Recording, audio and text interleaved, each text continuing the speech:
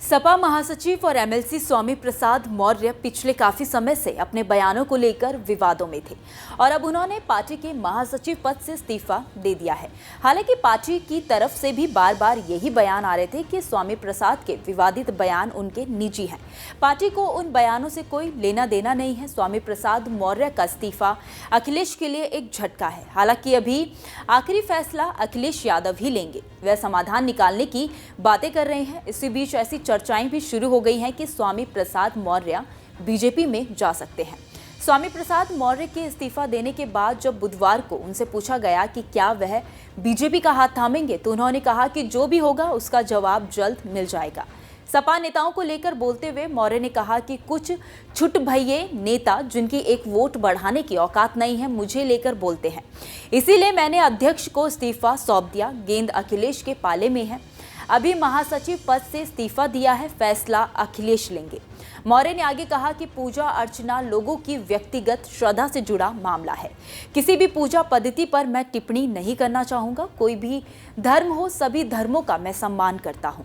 इसीलिए इस इस्तीफे को और कल की पूजा का कोई संबंध नहीं है। कौन किस में श्रद्धा रखता है, कौन कैसे पूजा करता है, वो हिंदू धर्म का हो, ईसाई धर्म का हो, इस्लाम धर्म का हो, बौद्ध का हो, जैन हो या पारसी हो, किसी भी धर्म का हो, सभी धर्मों को अपने तरीके से मनाने की छूट है। हमारा संविधान भी यही कहता है और मेरी भी यही मान्यता है। हमें इस पर कोई ऐतराज नहीं है। आपको बता दें कि स्वामी प्रसाद मौर्य ने सिर्फ पद से इस्तीफा दिया है, पार्टी से नहीं।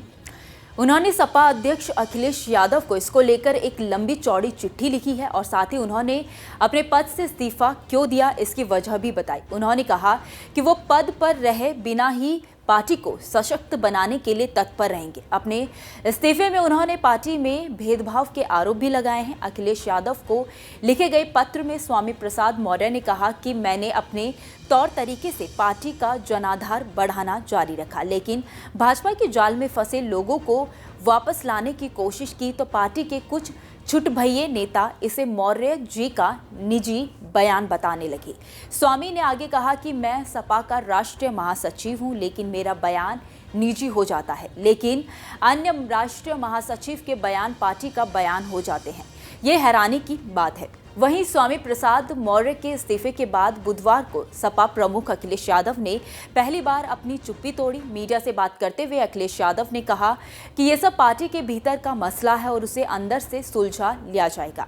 अखिलेश यादव ने स्वामी प्रसाद मौर्य के सवाल पर कहा कि यह सवाल जो आप पूछ रहे हैं, हम अपनी पार्टी में बातचीत कर उसका समाधान निकालेंगे।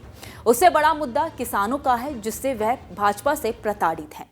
खैर, ये तो देखने वाली बात है कि स्वामी प्रसाद मौर्य बीजेपी में शामिल होंगे या नहीं और अखिलेश यादव क्या फैसला करेंगे। इस्तीफे पर प्रतिक्रिया व्यक्त करते हुए सपा के पूर्व सहयोगी सुहेल देव भारतीय समाज पार्टी यानी कि सुबह सपा के प्रमुख ओम प्रकाश राजभर ने कहा कि यह सिर्फ एक ड्रामा है। पार्टी के पद से इस्तीफा देने के बजाय उन्हें एमएलसी पद से इस्तीफा देना चाहिए था। उन्होंने कहा कि सपा के बल पर एमएलसी विधान पार्षद बने हैं और इसे इस्तीफा देंगे तब माना जाएगा कि इस्तीफा दे रहे हैं। राष्ट्रीय महासचिव पद से इस्तीफा दिए हैं और एमएलसी बने रहेंगे, सपा में बने रहेंगे। इस मामले में राष्ट्रीय लोकदल ने भी प्रतिक्रिया दी है। रालोद प्रवक्ता रोहित अग्रवाल ने सोशल मीडिया साइट एक्स पर लिखा कि स्वामी प्रसाद मौर्य ने दुखी मन से समाजवादी पार्टी से इस्तीफा दिया। समाजवादी पार्टी के राष्ट्रीय अध्यक्ष पर लगाए आरोप की वह आश्वासन देने के बाद भी सड़कों पर संघर्ष करने के लिए 2023 में रथ यात्रा करने को तैयार नहीं हुए। रालोद नेता ने लिखा कि मौर्य समाज से आने के कारण राष्ट्रीय सचिव होने के बावजूद समाजवादी पार्टी में उनका सम्मान नहीं। इसका मतलब साफ है कि पीडीए का नारा सिर्फ वोट हड़पने की राजनीति है।